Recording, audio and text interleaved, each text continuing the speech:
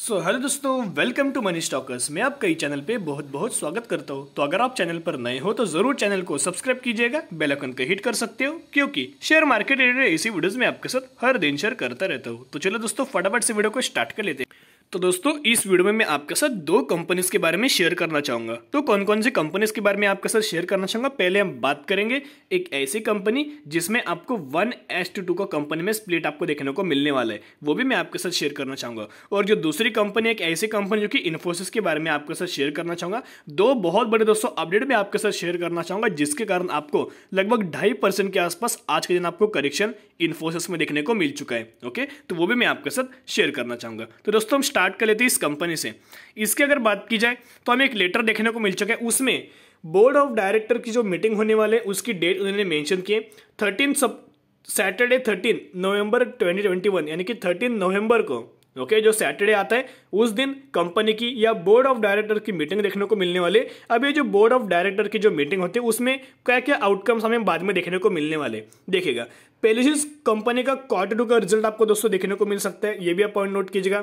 Secondly, company में आपको interim dividend भी देखने को मिल सकता है। अभी 1 पर शेयर मिलेगा, जितना कंपनी देगी उतना दोस्तों आपको देखने को मिल जाएगा, ये भी इसमें आउटकम देखने को मिलेगा। थर्ड पॉइंट है, जहां ये बहुत ज्यादा इंपॉर्टेंट है कि सब डिवीजन, ओके, जो कंपनी की फेस वैल्यू 2 है उसके बाद जो होगी 1 होगी, यानी कि कंपनी में आपको 1:2 का या फिर 2:1 का कंपनी में आपको या अच्छे खासी मात्रा में स्प्लिट देखने को मिलने वाला है। और जो लास्ट का अगर बात की जाए, बोर्ड ऑफ डायरेक्टर की मीटिंग होने के बाद आपको दोस्तों पता होगा कि अगर किसी भी कंपनी में स्प्लिट मिलेगा या फिर बोनस मिलेगा तो बोर्ड ऑफ डायरेक्टर की परमिशन इंपॉर्टेंट होती है। लेकिन उससे बाद ये 2 ब्लॉक दोस्तों आप नोट कीजिएगा। एक ब्लॉक में क्या होता है कि बोर्ड ऑफ डायरेक्टर की मीटिंग आपको देखने को मिल जाती है, और सेकंड की भी परमिशन या फिर अप्रूवल हमें देखने को मिल जाता है, जो कि शेयर होल्डर्स का भी अप्रूवल इंपॉर्टेंट होता है। तो अभी शेयर होल्डर्स का अप्रूवल कैसा होता है, मीटिंग होती है, बिल्कुल मेरे दोस्तों मीटिंग हमें देखने को मिल जाती है। एजीएम हमें कंपनी में देखने को मिल जाती है, annual general meeting, future prospect के हिसाब से, फ्यूचर इंप्रूवमेंट के हिसाब से, फ्यूचर डेवलप के हिसाब से, या फिर शेयर होल्डर्स का अप्रूवल मिलने के बाद दोस्तों ये हमें मीटिंग में देखने को मिल जाता है। तो दोनों पॉइंट्स आप नोट कीजिएगा, ये अच्छी खासी मात्रा में सीखने के हिसाब से आपके साथ शेयर कर रहा हूं। तो कंपनी में जो आपको दोस्तों डिविडेंड मिलने जा रहा है उसकी कंपनी ने आपको या एक्स डेट, ये भी आप रिकॉर्ड डेट ये भी आप नोट कीजिएगा, 23 नवंबर 2021 कंपनी की रिकॉर्ड डेट है, किसके लिए, डिविडेंड के हिसाब से। तो आप ये भी पॉइंट नोट कर सकते हो। तो जिसमें आपको 1:2 का या स्प्लिट देखने को मिलने वाले उसकी कंपनी की अगर बात की जाए तो कंपनी बेसिकली फंडामेंटल बहुत ज़्यादा स्ट्रांग है। जिस भी सेक्टर से कंपनी बिलोंग करती है वो गजब का सेक्टर है, और आने वाले समय में ये सेक्टर में बहुत ज़्यादा बूस्ट भी आपको देखने को मिलने वाला है। सेकेंडली या फिर थर्डली, मैं हर बार आपके साथ शेयर करते रहता हूँ, ऐसी कंपनी में निवेश कीजिएगा जो कंपनी फ्यूचर 5 साल के हिसाब से, 10 साल के हिसाब से, 15 साल के हिसाब से कंपनी का बिजनेस जिंदा रहेगा, और फ्यूचर डिमांड के हिसाब से अगर ये कंपनी फुलफिल करती है तो large amount of revenues company future में डेवलप या 100% करेगी, ये भी कंपनी में है। प्लस चौथी चीज, कंपनी वैसे डेट फ्री कैटेगरी में बिलोंग करती है। ओके, कंपनी के ऊपर 1% कर्जा में देखने को नहीं मिल रहा, तो ये भी आप पॉइंट नोट कीजिएगा। तो कौन सी कंपनी की बात करें, जो कंपनी 2260 के आसपास चल रही है और उसमें लगभग 2 से 2.25% के आसपास करेक्शन देखने को मिल चुका है। बहुत बड़ी कंपनी, कोई छोटी कंपनी नहीं है, जिसका मार्केट कैप नोट कीजिएगा।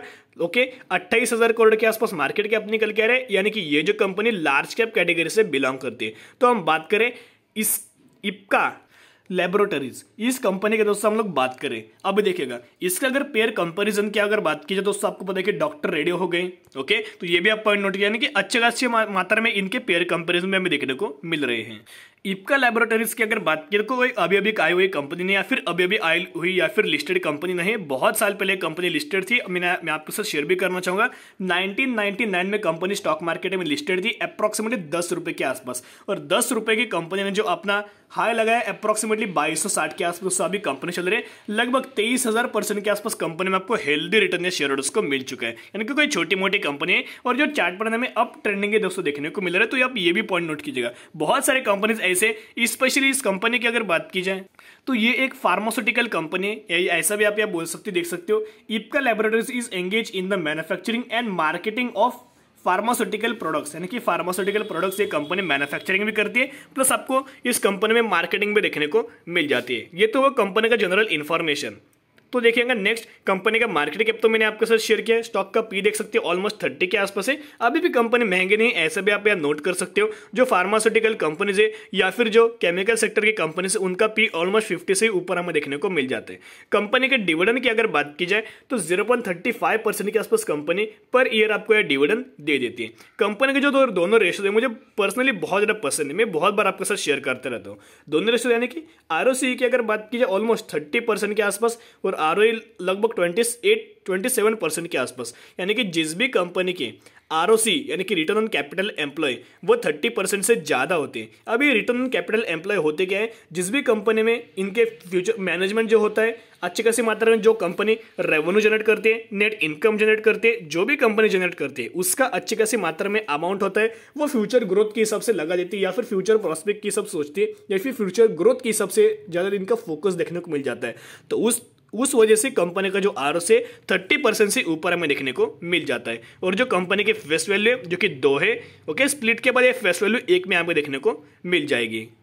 तो सेल्स ग्रोथ की अगर बात की ये भी अच्छी खासी मात्रा में देखने को मिल रहे हैं। 10 साल में 11% के आसपास, 5 सालों में 13%, 3 सालों में 17% और ईयर डेट की अगर बात की तो लगभग 6%। इतने भी बुरे नहीं, अच्छी खासी मात्रा में देखने को मिल रहे हैं। सिमिलर वे में प्रॉफिट ग्रोथ की अगर बात की जाए तो 10 सालों में 16%, 5 सालों में 66%, 3 सालों में 71%। ओके, तो ये भी अच्छी खासी मात्रा में देखने को मिल रही है, बहुत अच्छी खासी मात्रा में देखने को मिल रहे हैं।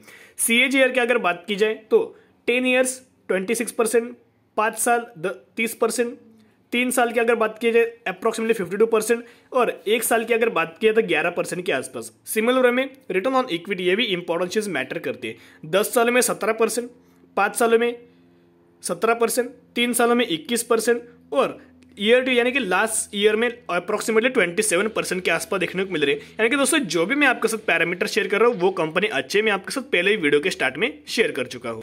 अब देखिएगा इनके रिजर्व की अगर बात की जाए तो कंपनी के पास रिजर्व भी भर भर के हमें देखने को मिल रहे हैं। ये कंपनी ऐसे नहीं, आपको याद होगा कि जो केमिकल सेक्टर वाली कंपनीज होती है या फिर फार्मास्यूटिकल सेक्टर वाली कंपनीज होती है 2020 में, मार्च 2020 में जब से पैंडेमिक स्टार्ट हुआ है उसके बाद ही कंपनी में फार्मास्यूटिकल कंपनीज और केमिकल सेक्टर की कंपनीज जो एक पेनी स्टॉक थे, जो एक स्मॉल कैप थे, जो एक मिड कैप थे, उनमें बहुत गजब की हमें तेजी देखने को मिल रही थी। लेकिन किसमें 2020 के बाद, लेकिन उससे पहले इनका परफॉर्मेंस की अगर बात करें तो फ्लैट परफॉर्मेंस हमें कंपनी का देखने को मिल रहा था। ओके, पहले बहुत ज़्यादा फ्लैट परफॉर्मेंस या फिर बहुत सारी कंपनीज पहले गिरी हुई कंपनी थी, बाद में हमें रिकवरी देखने को मिली क्योंकि पैंडेमिक के वक्त हमें अच्छे खासे रिकवरी देखने को मिली। ये कंपनी वैसे नहीं है, कंपनी के चार्ट पैटर्न पहले से ऐसा है। कोविड से पहले भी कंपनी बहुत अच्छी खासी मात्रा में इनका बिजनेस चल रहा था, इनका कंपनी का हर एक पैरामीटर में ग्रोथ हमें देखने को मिल रहा था। रिजर्व देख सकते हो 2018 में 2670 करोड़ के आसपास, मार्च 2020 में 3640 करोड़ के आसपास और मार्च 2021 की अगर बात करें तो 4730 करोड़ के आसपास देखने को मिल रहे हैं। यानी कि जो रिजर्व है अच्छी खासी मात्रा में ईयर ऑन ईयर अच्छी खासी ग्रोथ हमें देखने को मिल रही है। सिमिलर वे में बोरिंग देख सकते हो, बहुत पहले कंपनी के लगभग 628 करोड़ के आसपास थी, 440 करोड़, फिर 470 करोड़ और अभी लगभग अप्रॉक्सीमेट 240 करोड़ के आसपास हमें देखने को मिल रहे हैं। यानी कि कंटिन्यूअसली कंपनी जो कर्जा है या कंपनी डेट फ्री, दोस्तों कंपनी धीरे धीरे हो रही है। यानी कि अभी भी हम बोल सकते हैं कि कंपनी डेट फ्री, कभी भी चाहे तो कंपनी कर्जा दोस्तों चुका भी सकती है। तो दोस्तों इप्का लैबोरेटरीज की अगर बात करें कंपनी अच्छी है, फंडामेंटल बहुत ज़्यादा स्ट्रांग है और फ्यूचर ग्रोथ की सबसे कंपनी बहुत अच्छी खासी मात्रा में ग्रो अप करते जा रही है। अब ये जो डिविडेंड होता है या फिर स्प्लिट होता है या फिर बोनस होता है या फिर बायबैक होता है, इन सभी चीज़ों की अगर बात करें तो कभी भी कंपनी में निवेश हमें बिल्कुल भी नहीं करना चाहिए। अब ये क्यों निवेश नहीं करना चाहिए? अगर किसी भी कंपनी में स्प्लिट मिल रहा है, किसी भी कंपनी में बोनस मिल रहा है तो क्या होता है, किनको यह ज़्यादा फायदा होगा? जो शेयर होल्डर्स पिछले निचले लेवल के आसपास बाइंग कर चुके, 1000 के आसपास, 1500 के आसपास, 1800 के आसपास, ऑलमोस्ट 1900 के आसपास, फिर 2000 के आसपास आप पकड़ सकते हो। उन्हीं शेयर्स को कंपनी में बड़ा फायदा देखने को मिलने वाला है। जो अभी फ्रेश बाइंग करोगे उनका हम बिल्कुल बोल सकते हैं फायदा देखने को नहीं मिलने वाला। लेकिन अगर आप बाइंग करना चाहते हो तो कंपनी को लॉन्ग टर्म के हिसाब से होल्ड करोगे। ओके, जितना लॉन्ग टर्म के हिसाब से कंपनी को होल्ड कर पाओगे उतना दोस्तों होल्ड कीजिएगा, जितना होल्ड करोगे उतना कंपनी में आपको रिवॉर्ड देखने को मिल जाएगा। तो आपके नजर दोस्तों इप्का लैबोरेटरीज के ऊपर रख सकते हो। तो दोस्तों अभी हम बात करेंगे इन्फोसिस के बारे में। इन्फोसिस की अगर बात करें, आपको याद है अप्रोक्सीमेटली इस कंपनी ने 1850 का भी लेवल क्रॉस किया था। ओके, आपको याद होगा। उसके बाद से इस समय सडन मार्केट में या प्रॉफिट बुकिंग देखने को मिली।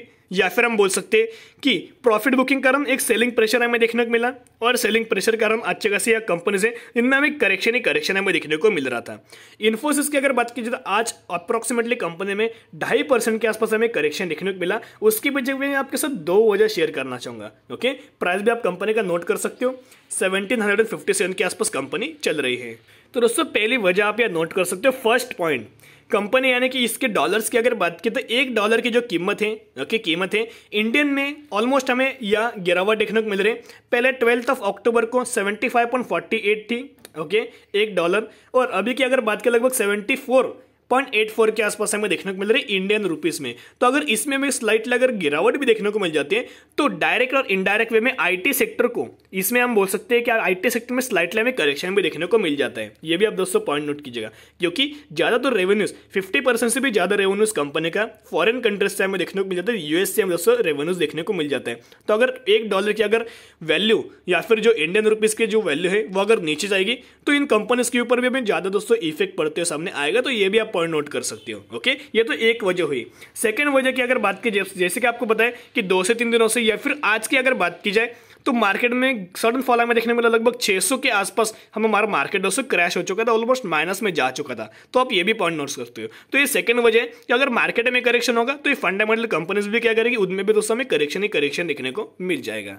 तो दोस्तों इन्फोसिस की अगर बात करें तो एक ही बिग अलर्ट आपके साथ शेयर करना चाहूंगा, कंपनी को बिल्कुल भी बेचेगा मत, बिल्कुल भी कंपनी को सेल मत करना। कंपनी के ऊपर बहुत बड़े बड़े टारगेट्स हमें देखने को मिल रहे हैं। जियोजित फाइनेंस या फिर जियोजित ब्रोकर्स की अगर बात की जाए तो इन्होंने बाय रेटिंग दी है इन्फोसिस को, टारगेट प्राइस 2074 के आसपास कंपनी ने प्राइसिंग दी है, और लगभग कंपनी 1750 के आसपास हमें आते हुए सामने आई है। तो दोस्तों ये भी आप पॉइंट नोट कर सकते हो। तो आईसीआईसीआई डायरेक्ट की अगर बात की जाए तो उन्होंने भी इन्फोसिस को बाय टारगेट दिया या फिर बाय रेटिंग दी है।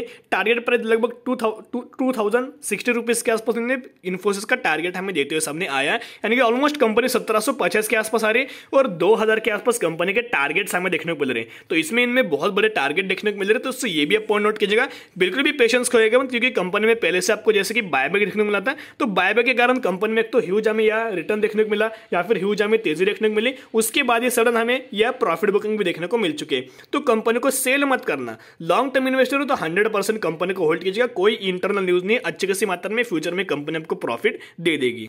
तो आपकी नजर दोनों कंपनी के ऊपर रख सकते हो। तो दोस्तों आज के लिए इतना ही। अगर आपको वीडियो पसंद है, वीडियो को जरूर लाइक कीजिएगा। अगर आप चैनल पर नए हो तो चैनल को सब्सक्राइब करके बेल आइकन को हिट कर सकते हो, क्योंकि मैं ऐसे रिलेटेड वीडियोस आपके लिए शेयर करता रहता हूं। फिर मिलेंगे, बाय।